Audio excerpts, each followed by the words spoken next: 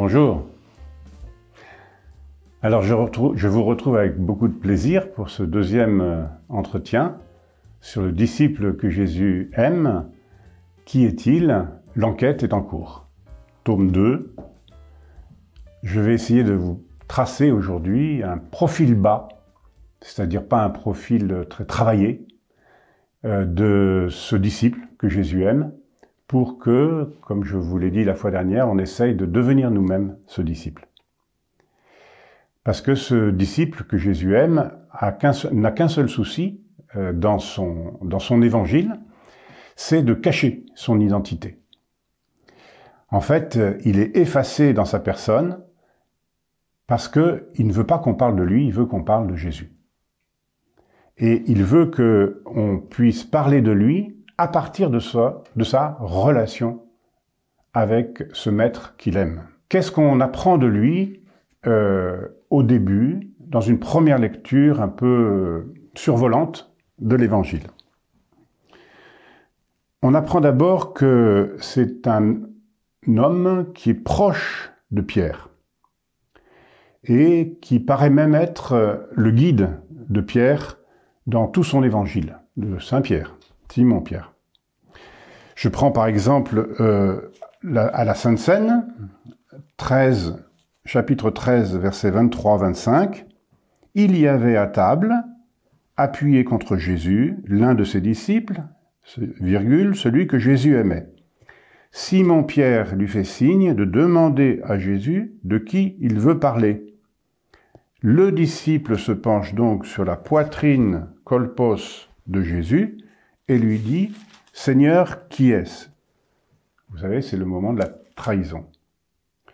Et donc, si Pierre est obligé, pour parler à Jésus, de passer par Saint Jean, c'est que Saint Jean est évidemment plus proche physiquement de Jésus, et donc qu'il a une place privilégiée. C'est pas n'importe qui qu'on met à la droite ou à la gauche de Jésus, surtout que Pierre est le chef des apôtres.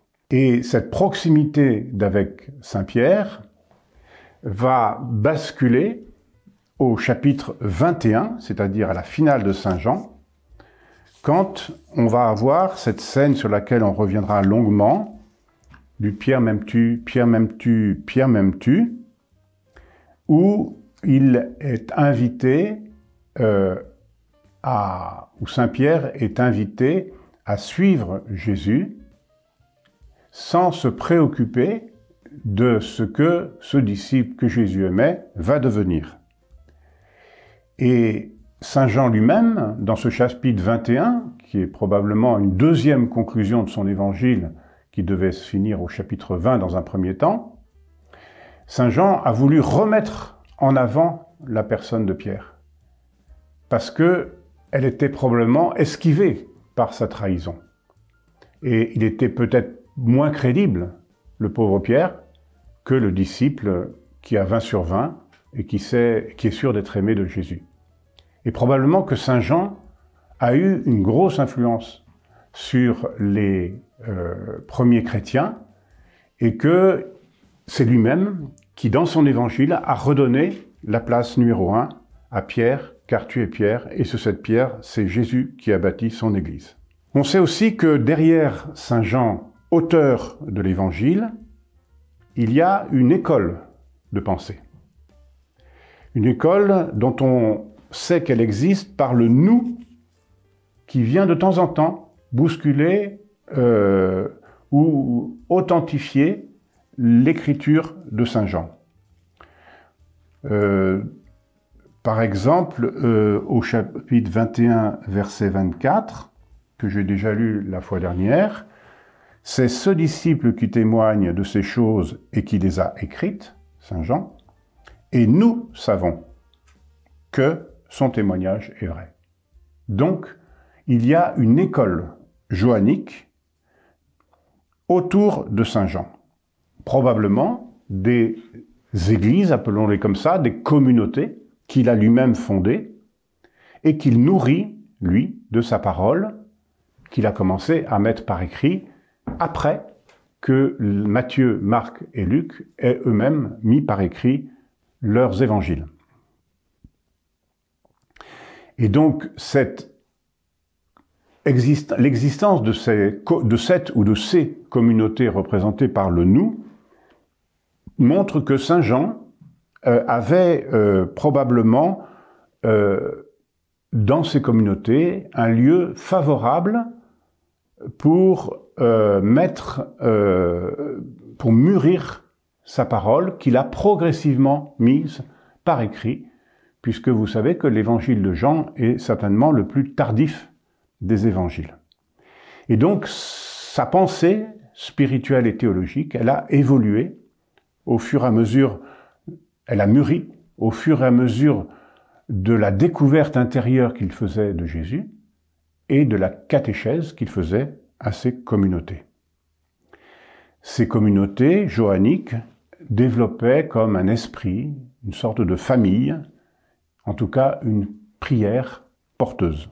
Et au fur et à mesure que Saint Jean donne ses enseignements, qui vont un jour donner son évangile, au fur et à mesure qu'il évoque ses souvenirs, qu'il redit à sa ou ses communautés les paroles de Jésus, Jean va trouver de plus en plus des mots justes, des mots lumineux, pour parler de Jésus, notamment comme le Verbe de Dieu, la parole de Dieu.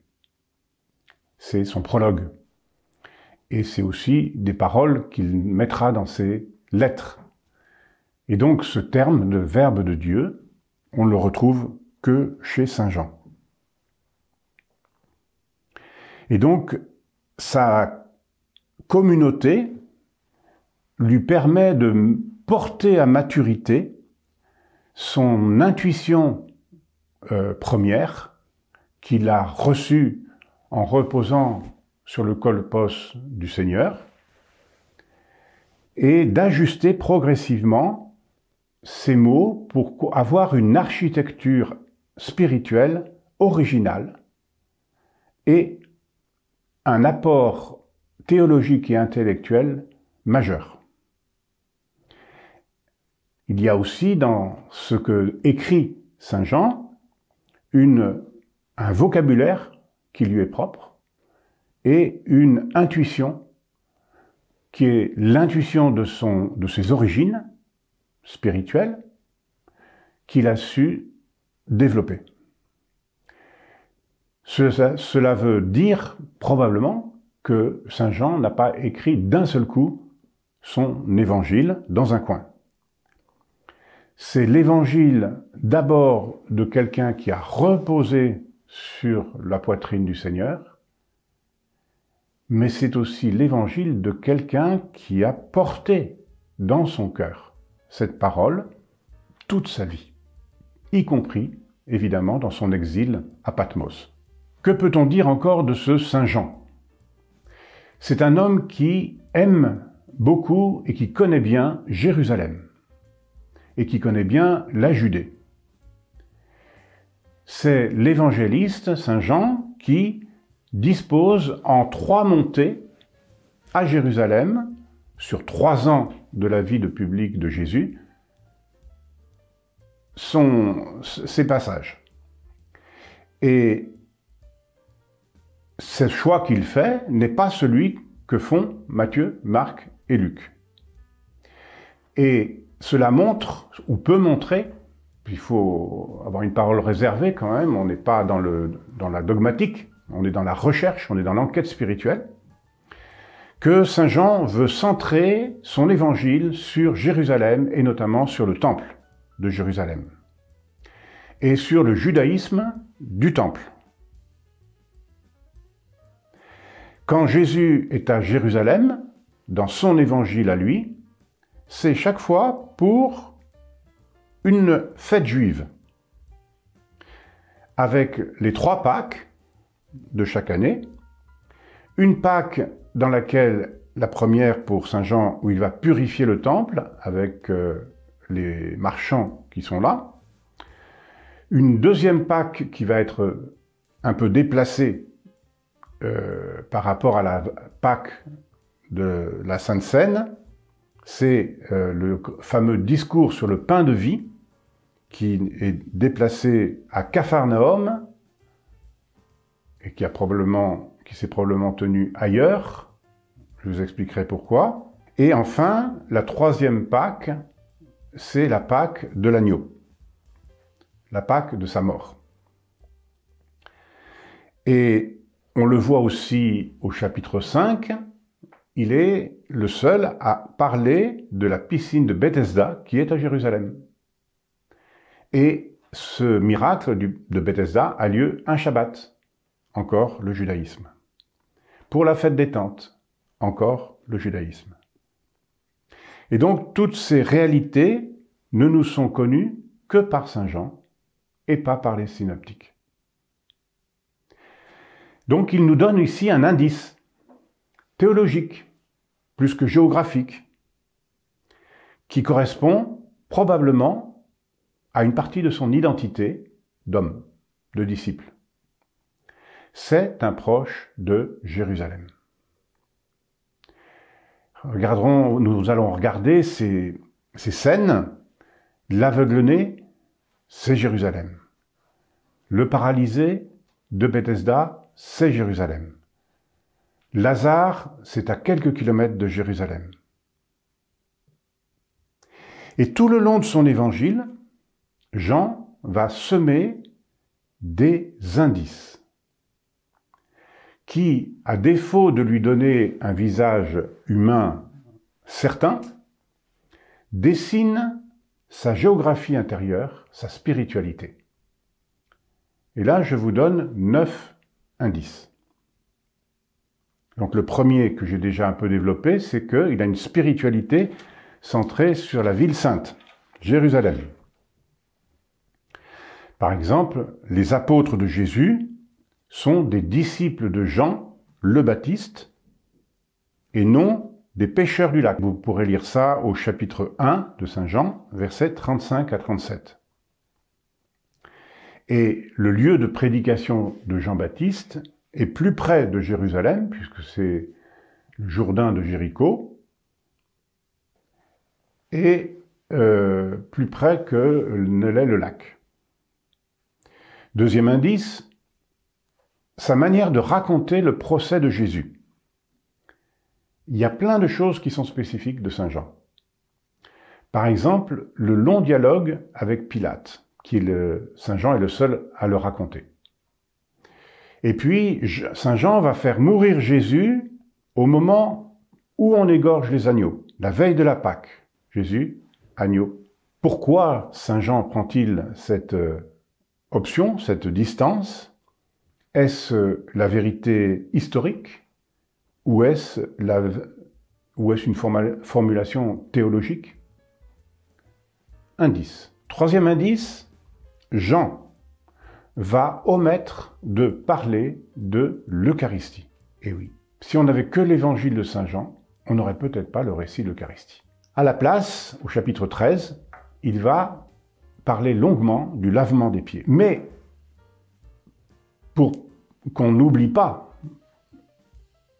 que le cœur du cœur de l'Évangile et de la personne de Jésus et de la foi de l'Église est l'Eucharistie, Saint Jean va déplacer un discours, une action, une parole sur Capharnaüm. Et oui, je vous dis des choses un peu étonnantes, mais j'essaierai de les justifier au fur et à mesure de cette retraite. Et c'est le fameux discours de Jean 6 dans la synagogue de Capharnaüm. Et les autres ne parlent pas de ce discours dans leurs évangiles. Quatrième indice, c'est les indices de l'absence. Pas de Notre Père dans l'évangile de Saint Jean. Pas de béatitude. Pas de transfiguration du Seigneur. Et le nombre de paraboles par rapport aux synoptiques est très léger. Très original. Cinquième indice. Dans Saint Jean, dans son évangile, on ne voit jamais Jésus pratiquer d'exorcisme, ni de miracle. Cana, qu'on va lire, n'est pas un miracle pour Saint Jean, c'est un signe. Et de la même manière qu'il va y avoir dans son évangile 7 mentions du disciple que Jésus aimait, il va y avoir 7 signes que Saint Jean va glisser dans son évangile. Alors selon les exégètes, on n'est pas toujours d'accord sur ces 7 signes, mais voilà ceux que j'ai choisis qui vont apparaître à l'écran. Et parmi ces 7 signes, comme vous le voyez, le premier, Cana, et le dernier, l'eau et le sang qui coulent du côté du Christ, sont inédits. C'est-à-dire qu'ils ne sont présents que chez Saint Jean. Et que, en regardant la manière dont sont posés ces 7 signes, ils aboutissent, vous voyez, A avec A', B avec B', C avec C', et le centre, la multiplication des pains, c'est-à-dire l'Eucharistie. Et donc ces 7 signes qui se répondent l'un l'autre, pour 3 d'entre eux, dessinent comme un parcours spirituel que Saint Jean nous donne pour nous centrer sur l'Eucharistie et écrit des parallèles entre les 3 d'avant et les 3 d'après la multiplication des pains. 6e indice. Dans l'évangile de Saint Jean, il y a un discours très long qui tient 13, 14, 15, 16, 17, 5 chapitres, qu'on appelle le discours de la Sainte Seine, ou le discours sacerdotal, qui est une mise en valeur très personnelle, très personnalisée par Saint Jean, des paroles qui sont dans ce texte, dans ce récit. Un peu comme si Saint Jean avait été transpercé par ces paroles. Comme si Saint Jean avait été personnellement, non seulement transpercé par ces paroles, mais qu'il avait été physiquement présent dans l'écoute de ces paroles.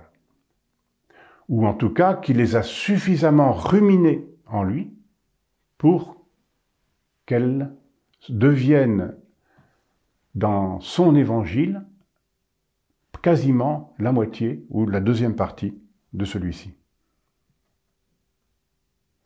Et donc l'hypothèse qu'on pourrait faire, et qu'on va vérifier, on est au niveau des indices pour l'instant, c'est que ce disciple, que Jésus aime, aurait accueilli chez lui, à Jérusalem, le repas de la Sainte Seine. Et qu'en fait, il aurait lieu, ce repas de la Sainte Seine, à Jérusalem, chez lui. Je vous relis le même passage au chapitre 13, versets 23-25. Il y avait à table, appuyé contre Jésus, le disciple que Jésus aimait, et Simon-Pierre lui fait demander à Jésus de qui il veut parler. Donc ça veut dire que cet homme est assis à la droite ou à la gauche de Jésus, qu'il a donc une préférence. Et que peut-être c'est le propriétaire de ces lieux, et Jésus l'a mis à sa droite ou à sa gauche. Il a donné une place préférentielle pour ce dernier repas à Saint Jean par rapport à Pierre. Ce qui doit nous mettre notre puce à l'oreille du lien entre Jean et Pierre. Et comme par hasard, c'est les deux qu'on va retrouver qui courent au tombeau, au petit matin de Pâques. Jean va donc être comme l'intermédiaire entre Jésus et Pierre. On va retrouver aussi ce binôme Jean-Pierre, donc au tombeau le dimanche matin, et sur les bords du lac de Tibériade, au chapitre 21, dans le triple Pierre m'aimes-tu. Donc, il y a vraiment une catéchèse que Saint Jean veut faire à partir de ces dialogues. Et Saint Jean veut nous communiquer quelque chose sur ses paroles, sur sa foi et probablement sur son identité. Encore 3 indices. Le 7e, la manière dont Saint Jean écrit la passion du Seigneur Jésus, c'est un acte royal. Par exemple, au chapitre 18, qui se passe à Gethsémani pour son arrestation, les gardes qui viennent arrêter Jésus, chapitre 18, verset 6, « Quand Jésus leur répondit « C'est moi, je suis » ou « C'est moi, je le suis », les gardes reculèrent et tombèrent à terre. Il y a un petit peu un jeu de mots, on reviendra là-dessus, sur ce « ego eimi » en grec, « moi, je suis », c'est-à-dire le nom de Dieu. Et voilà que les soldats du Sanhédrin tombent par terre, comme s'ils avaient entendu quelque chose de sacré. Vous voyez, il y a un double sens. Donc voilà, premier indice. Autre indice, le Seigneur Jésus va tenir dans son procès la place d'un roi. Je vais vous lire chapitre 19, verset 13. « En entendant ces paroles, Pilate amena Jésus au dehors et le fit asseoir sur une estrade. » Voilà. Au lieu dit Gabata, avec ce dialogue, es-tu le roi? Es-tu roi? Donc, il y a un roi qui parle à un roi. Et enfin, troisième lieu où Jésus est décrit dans sa mort comme la mise à mort d'un roi, chapitre 19, versets 28 à 30. « Après cela, sachant que tout désormais était achevé, pour que l'écriture s'accomplisse jusqu'au bout, Jésus dit « J'ai soif ». Il y avait là un récipient plein d'une boisson vinaigrée. On fixa donc une éponge remplie de ce vinaigre à une branche d'hysope, et on l'approcha de sa bouche. Et quand il eut pris le vinaigre, Jésus dit « Tout est accompli ». Puis, inclinant la tête, il remit l'esprit. Il transmit l'esprit. Dans l'acte de sa mort, Jésus fait un acte de vie, pose un acte de vie, donne l'esprit. Et ça, c'est l'esprit du Messie, c'est l'esprit royal. 8e indice, c'est un évangile de l'attachement à la personne de Jésus. Beaucoup plus, je dirais, affectif que Matthieu, Marc, Luc et Jean. Ne serait-ce que par cette expression « reposer sur la poitrine du Seigneur ». Et dans ce lien, une question ne peut pas ne pas être posée, c'est la place de l'Église dans l'évangile de Saint Jean. Il en parle très peu par rapport à Saint Matthieu ou Saint Luc ou Saint Marc. L'Église est bien discrète, mais elle est cachée, comme souvent dans Saint Jean. L'Église, elle est cachée d'abord dans les chapitres de la résurrection de Jésus. Quand il faudra que Jean prenne sa place derrière Pierre. C'est la finale de Jean 21, sur laquelle nous reviendrons, pour remettre de l'ordre dans la double lien que la communauté chrétienne entretenait d'une part avec Jean, d'autre part avec Pierre. Toi, suis-moi. Lui, peu importe.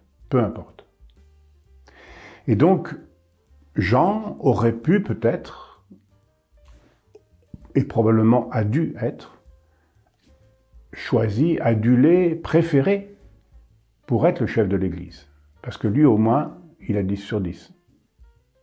Eh bien, Saint Jean va glisser vers la personne de Pierre pour pouvoir redonner à Pierre son statut de chef de l'Église. Ensuite, un deuxième lieu caché où se trouve la vie de l'Église, c'est la pédagogie sacramentelle. Tout le long de son évangile, Jean va montrer Jésus qui guérit et qui, pour guérir, va se servir de l'eau, pour parler symboliquement, théologiquement du baptême, du pain multiplié, du pain de vie, pour signifier l'Eucharistie, du signe de Cana, qui est le seul signe qui fait allusion au mariage. Il parle aussi du don de l'Esprit qui est fait pour pardonner les péchés. Et enfin, la mission de bon pasteur, c'est par l'évangile de Saint Jean que nous savons qu'elle est confiée à Pierre, dans le fameux « paix mes brebis, paix mes brebis, paix mes brebis », d'après la résurrection. Donc l'Église est présente, mais elle est cachée. Et enfin, dernier indice, Saint Jean emploie beaucoup de mots, de symboliques, autour de